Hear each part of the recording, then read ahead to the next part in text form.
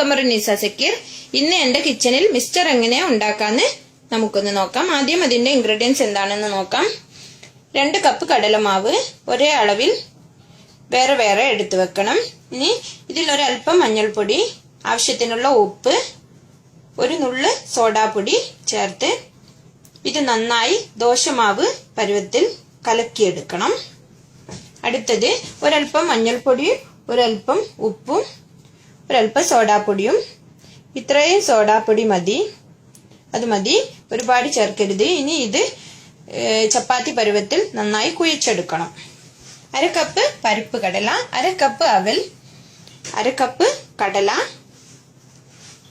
വെളുത്തുള്ളി 4 അല്ലി വെളുത്തുള്ളി ചതച്ചത്, കറിവേപ്പില 1 കപ്പ്, മുളക് പൊടിയും മുളക് ഇതുപോലെ ഉണക്കമുളകും വേണം, ആവശ്യത്തിന് ഉപ്പ്, കായപ്പൊടി, ഒരൽപ്പം ഓയിൽ പൊരിക്കാൻ ആവശ്യത്തിന്. ഇനി ഇത് നമുക്ക് എങ്ങനെ ഉണ്ടാക്കാമെന്ന് നോക്കാം. ആദ്യം നമുക്ക് ഇത് ചപ്പാത്തി പരുവത്തിൽ കുഴച്ചെടുക്കാം. ഇനി നമുക്ക് ഈ കുഴച്ചെടുത്ത മാവിനെ ഇടിയുന്നിയുടെ അച്ചിലിട്ട് ഇടിയുന്നി പോലെ എണ്ണയിലോട്ട് ചൂടായി കിടക്കുന്ന എണ്ണയിലോട്ട് വറുത്ത് കോരാം. ഇതുപോലെ ഒന്ന് ചെറുതായി ചുവക്കുന്ന വരെ വറുത്തെടുത്ത് കളയാം. ഇതുപോലെ വേണം പൊരിച്ചെടുക്കാൻ. ചെറിയ തീയിൽ വെച്ച് നന്നായി ഞെരിയുന്നത് വരെ, ഒന്ന് ചുവപ്പ് കളറാവുന്നത് വരെ വറുത്തെടുക്കണം. ഇനി ഈ എണ്ണയിലോട്ട് അടുത്തത് നമുക്ക് ഊന്നിയെടുക്കാം. ഇതുപോലെ എണ്ണയിലോട്ട് തന്നെ ഊന്നിയെടുക്കണം. ഇതുപോലെ വേണം പൊരിച്ചെടുക്കാൻ, ഒരുപാട് കരിഞ്ഞു പോവരുത്. ഇനി ഇത് കൈ കൊണ്ടൊന്ന് ഞെരടി പൊടിച്ചെടുക്കണം. ഒരുപാട് പൊടിക്കാതെ മിക്സ്ചർ രൂപത്തിൽ നമുക്കൊന്ന് പൊട്ടിച്ചെടുക്കണം. ഇത് ലഡു ഉണ്ടാക്കുന്ന പോലെ പൊരിച്ചെടുക്കണം. ഓട്ടക്കൈയിൽ ഒഴിച്ച് എണ്ണയിലോട്ട് ഇതുപോലെ ആക്കിയെടുക്കണം. ഇതുപോലെ വേണം ചെയ്തെടുക്കാൻ.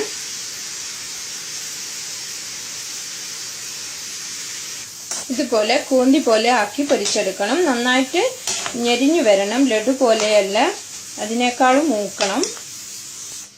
ഇതുപോലെ ചുവക്കുന്നത് വരെ വറുത്തെടുക്കണം. ചെറിയ തീയിൽ വെച്ച് ഞെരിച്ച് ഒരു ബ്രൗൺ കളറാവുന്നത് വരെ വെച്ചിട്ട് എണ്ണയിൽ നിന്നും കോരിയെടുത്ത് എണ്ണ ക്ലീനക്സിലോട്ട് ആക്കി എടുക്കണം.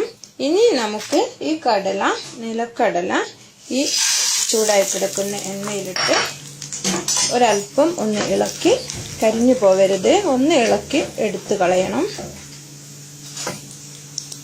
കടല പൊരിച്ചെടുത്ത് നന്നായി എണ്ണ വാർത്തെടുക്കണം. ഇനി അവില് എണ്ണയിൽ പൊരിച്ച് പെട്ടെന്ന് തന്നെ പൊരിച്ചെടുക്കണം.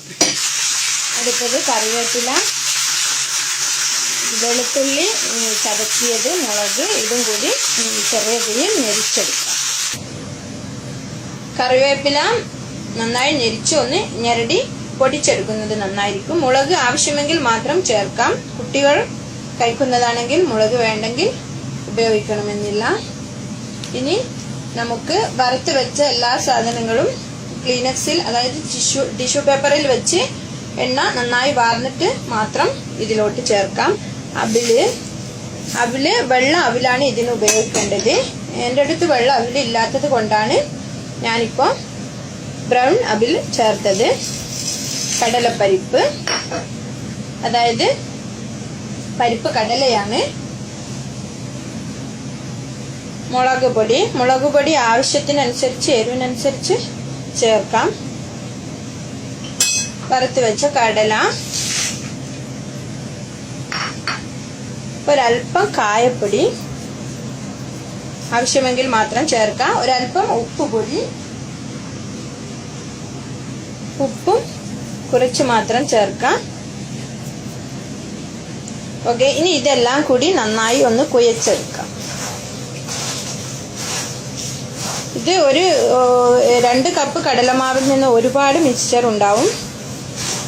ഓക്കെ, ഇതൊന്ന് നന്നായി മിക്സ് ചെയ്തെടുക്കാം. ഓക്കെ, മിക്സ്ചർ റെഡി ആയിരിക്കുകയാണ്. നിങ്ങൾ എല്ലാവരും ഉണ്ടാക്കി നോക്കണം, നല്ല ടേസ്റ്റിയാണ്. ഇത് ഇപ്പം അത്ര ടേസ്റ്റ് ഉണ്ടായില്ല, 2-3 ദിവസം വെച്ചാൽ നല്ല ടേസ്റ്റ് കൂടും. കടയിൽ നിന്നൊക്കെ കാറിയ മിക്സറാണ്, നമുക്ക് എന്നോ ഉണ്ടാക്കിയ മിക്സറാണ് കിട്ടുക. അതുകൊണ്ട് നിങ്ങൾ തന്നെ വീട്ടിൽ തന്നെ ഉണ്ടാക്കി നോക്കുക.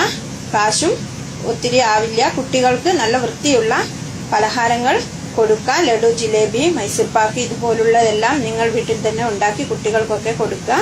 കടയിൽ നിന്ന്, ബേക്കറിയിൽ നിന്ന് വാങ്ങുന്നതിലും നല്ലതാണ് ഇതുപോലെ ഉണ്ടാക്കി കുട്ടികൾക്ക് കൊടുക്കുന്നത്. നിങ്ങളെല്ലാവരും ഉണ്ടാക്കി നോക്കണം. ഇനി അടുത്ത ഡിഷുമായി കാണുന്നത് വരേക്കും ബൈ.